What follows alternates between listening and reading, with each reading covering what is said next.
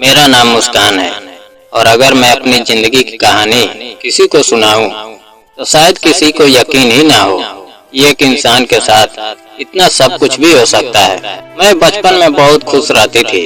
मेरे माँ बाप मुझे बहुत प्यार करते थे और मेरा बड़ा भाई भी मेरी हर छोटी बड़ी जरूरत का ख्याल रखता था।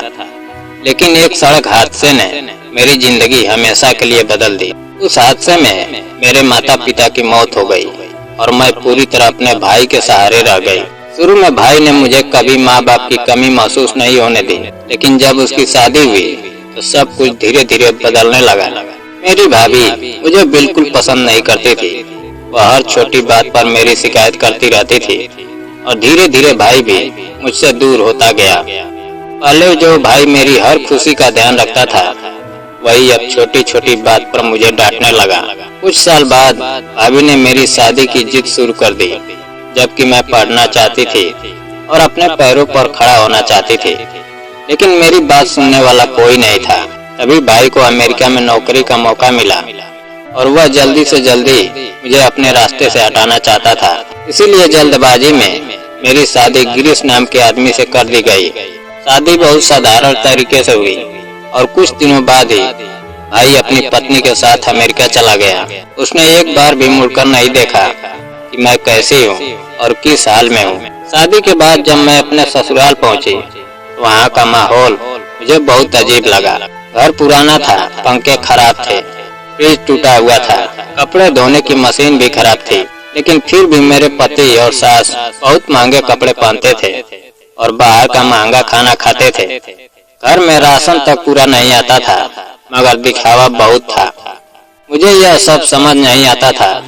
एक दिन मैंने अपने पति से कहा कि कमरे के टूटे शीशे को बदलवा दीजिए, तो उसने पैसे ना होने का बहाना बना दिया।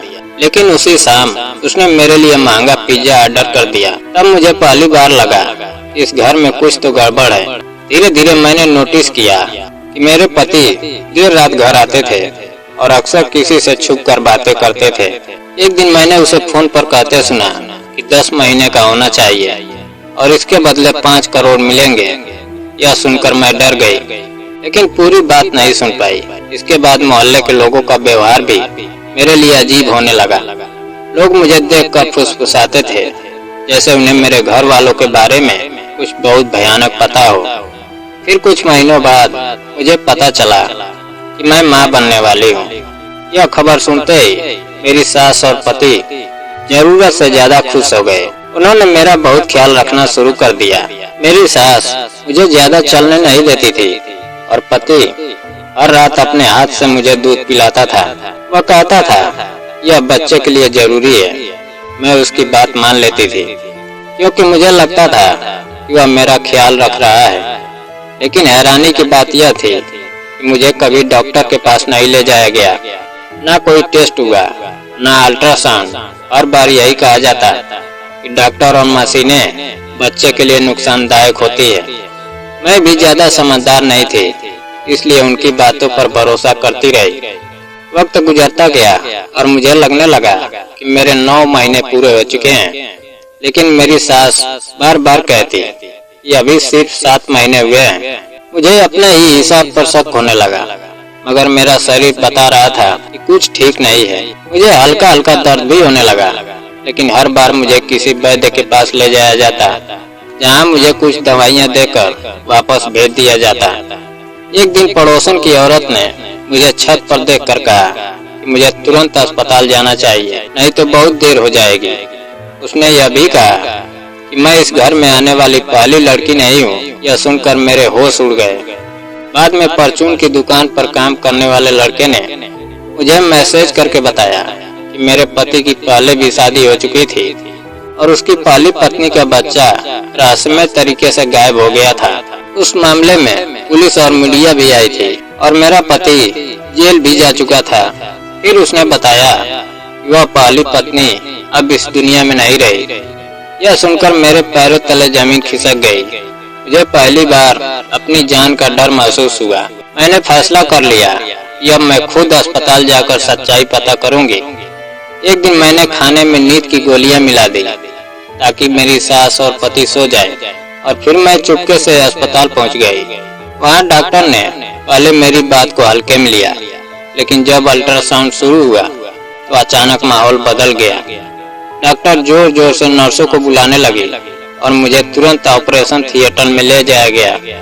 जहाँ मुझे होश आया तो 10 दिन गुजर चुके थे।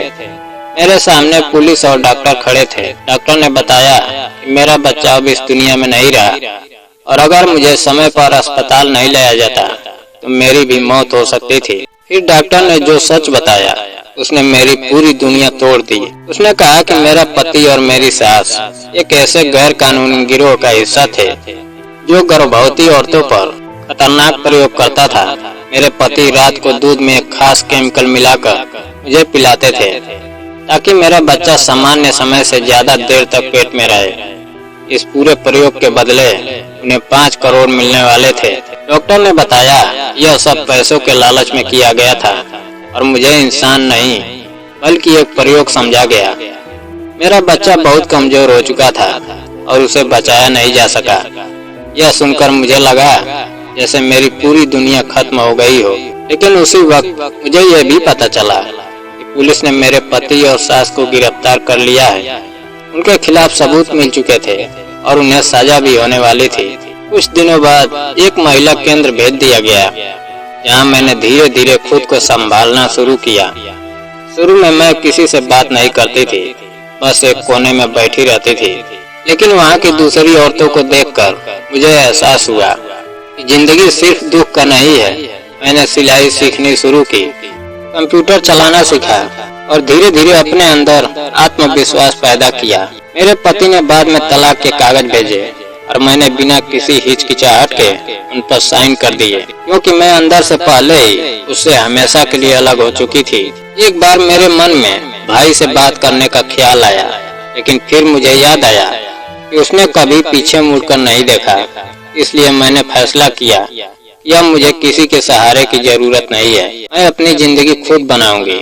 आज जब मैं आईने में खुद को देखती हूँ तो मुझे वही डरी हुई लड़की नहीं दिखाई देती जो कभी दूसरों के फैसलों पर जिया करती थी, बल्कि एक ऐसी औरत दिखाई देती है जिसने मौत और धोखे से लड़कर खुद को फिर से जिंदा किया है। मैंने समझ लिया है जिंदगी खत्म नहीं होती, बस उसका रास्ता बदल जाता है। और अगर इंसान के अंदर हिम्मत हो वह हर दर्द के बाद दोबारा खड़ा हो सकता है। अब मेरी जिंदगी मेरी अपनी है और यही मेरी सबसे बड़ी जीत है। दोस्तों, अगर कहानी पसंद आई हो वीडियो को लाइक और चैनल को सब्सक्राइब करना ना भूलें। जय हिंद।